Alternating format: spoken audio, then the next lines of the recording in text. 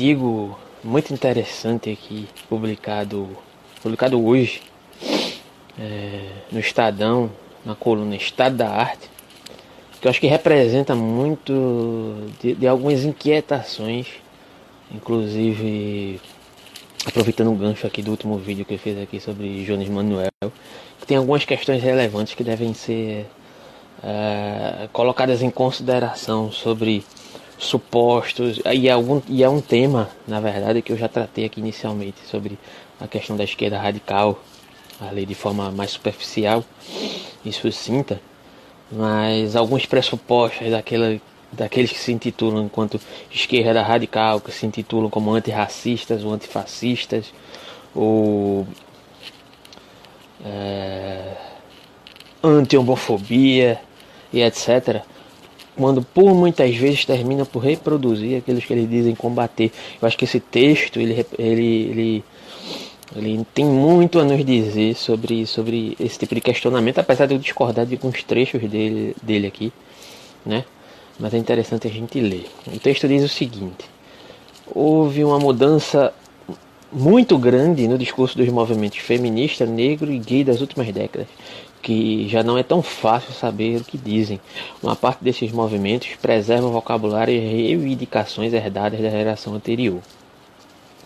Mas a seu lado atua hoje uma nova onda de intelectuais e ativistas com ideias bem diferentes.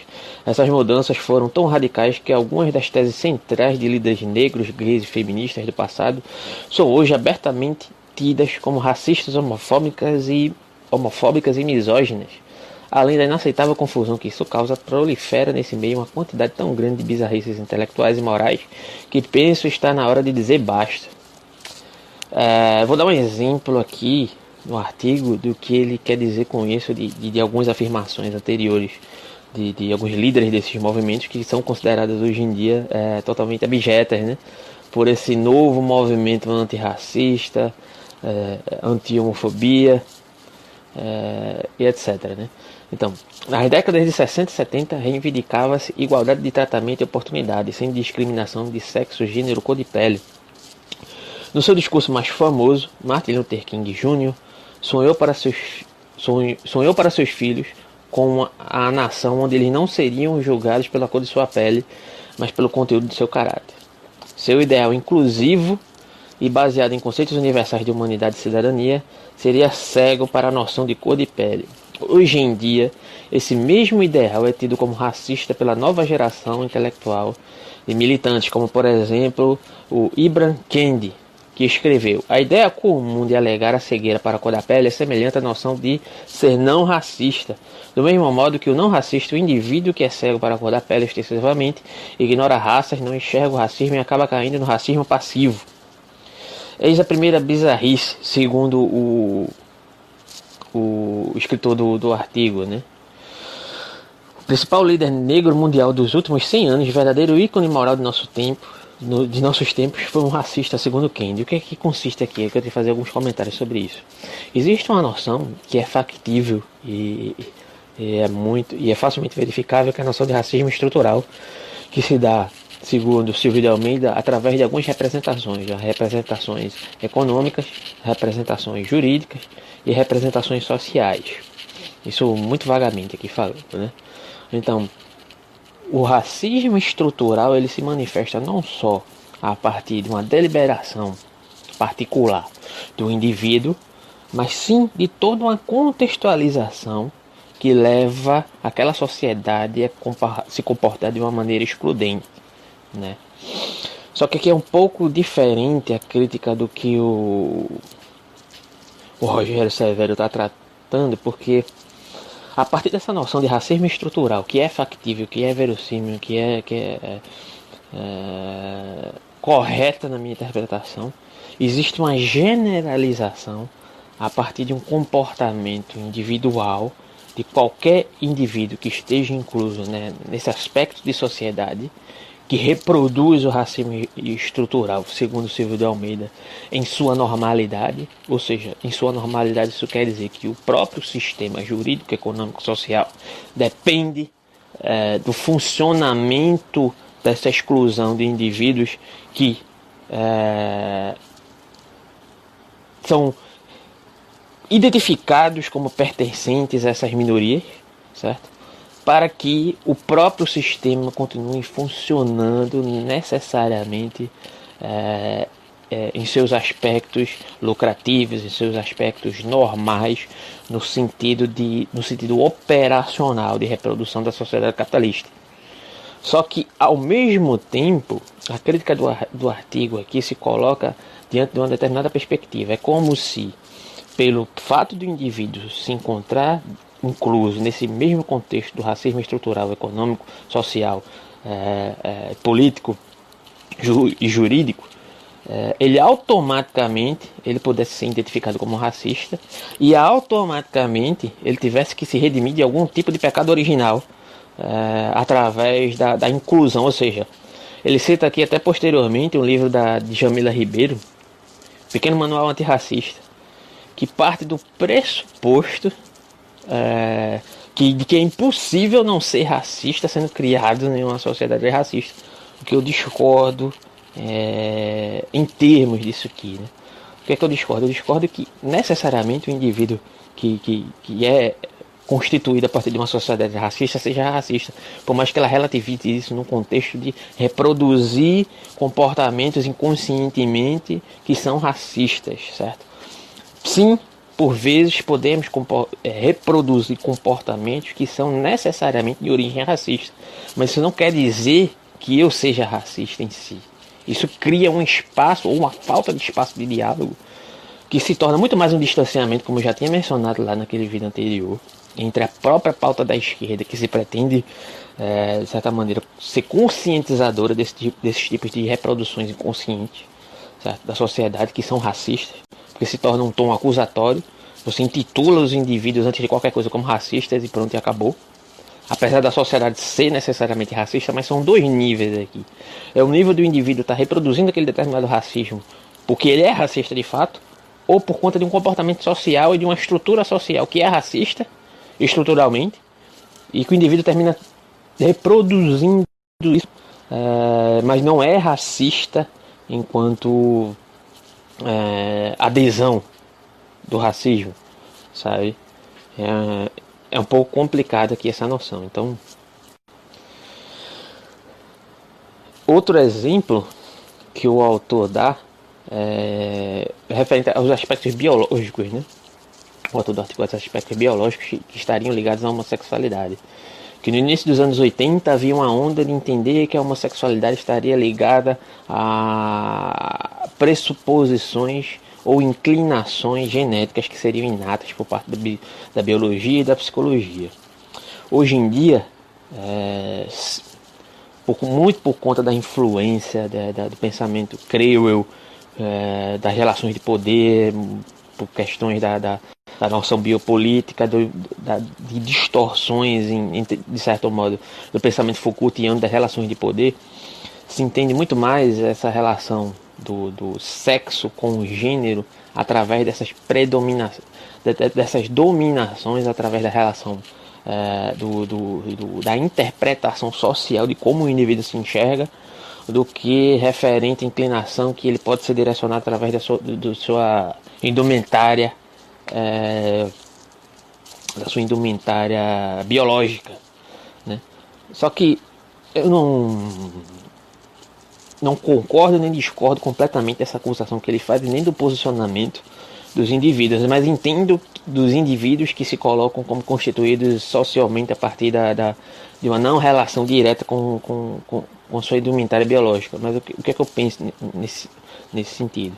É óbvio que existe uma alimentação biológica de como o indivíduo vai se relacionar para com o seu próprio corpo, porque ao nascer o indivíduo já é determinado biologicamente, mas não necessariamente isso quer dizer que ele tenha que se encerrar enquanto visão de sociedade, visão de si mesmo em relação com essa sociedade a partir dessa determinação biológica.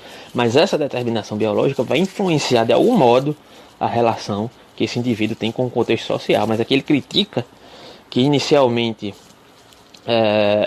quando surge essa relação da ideia da homossexualidade com o sexo biológico, a representação de gênero com o sexo biológico, isso era entendido como uma inclinação produzida pelos próprios hormônios, pelas noções biológicas do indivíduo, e hoje em dia isso foi aglutinado, como se você pudesse relativizar qualquer parâmetro moral, qualquer interpretação de um contexto social a partir das relações de poderes e de imposição social, que em certo sentido faz todo sentido, mas não completamente, sabe?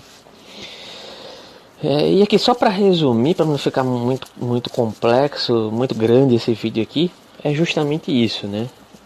Essa questão de como por muitas vezes o tom e a pauta da esquerda termina por totalizar, quer dizer, colocar você numa determinada caixinha e um pacote reflexivo de ideologias que termina por afastar, inclusive pessoas que se identificam com a ala da esquerda, se afasta as pessoas que se identificam com a esquerda, quem dirá as pessoas que têm ideologias muito mais conservadoras, né?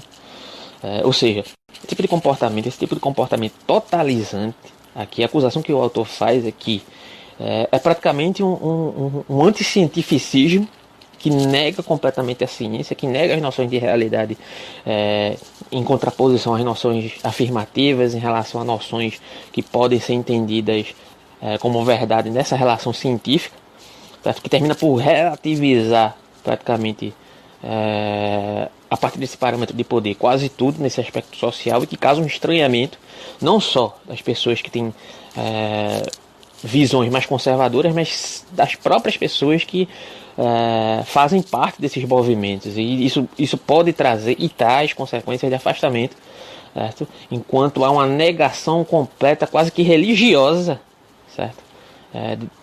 A partir desses parâmetros de uma compreensão, a partir dessas noções de poder e de afirmação social a partir desses movimentos, né? Eu acho uma frase muito interessante, isso generalizando aqui tanto quanto para o movimento antirracista, LGBTQI+, do modo geral, movimentos feministas, inclusive, que parece que existe já já existe um pecado original anterior, que o indivíduo deve se redimir pelo fato de ele estar incluso nessa determinada sociedade, certo? Pela própria sociedade ter essa constituição homofóbica, machista, misógina, racista, parece que necessariamente devemos nos envergonhar, inclusive pelo fato de ter nascido nessa sociedade, e já nascemos de certa maneira devendo nos arrependermos pelo fato de já sermos necessariamente racistas, homofóbicos e misóginos. Só que isso aqui não é uma defesa da interpretação simplória da direita, não. Porque a direita vai dizer, que dívida histórica, qual é a dívida histórica que nós temos aqui com os negros? Ninguém não escreve isso aí, ninguém vai se alinhar com o discurso de Bolsonaro, muito cuidado aí. Certo? Mas a questão aqui não é referente à dívida histórica, mas é um reparo social efetivo que se dá do presente, mas que não necessariamente precisa nos colocar num posicionamento de nós, enquanto combatentes desse tipo de comportamento, enquanto esquerda combatente desse tipo como um tom acusatório, de identificar indivíduos por estarem circunscritos nessa sociedade automaticamente como racistas, misóginos e homofóbicos, certo?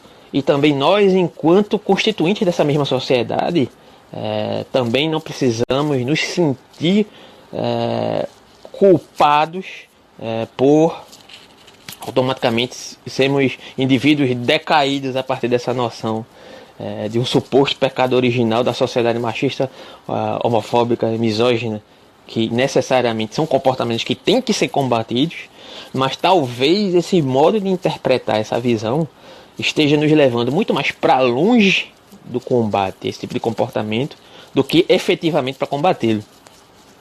É mais ou menos por aí. Aí vocês comentem se discordam ou concordam, se acham que eu falei besteira.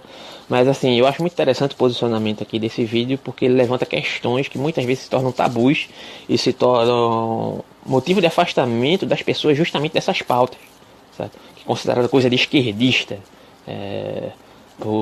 pela direita que gosta de simplificar o discurso. Mas aí eu deixo uma outra questão, né? Como é que a gente pode fazer para se aproximar desse tipo de diálogo da população, do senso comum, da população do modo geral? E inclusive entre nós mesmos, né? Entre a própria esquerda que se desentende e se acusa, como a partir desses mesmos pressupostos aqui que eu acabei de citar, acusando uns aos outros de racistas, homofóbicos e misóginos, enquanto por muitas vezes deveríamos estar lutando pelas mesmas causas, e estamos lutando pelas mesmas causas, mas não conseguimos nos entender.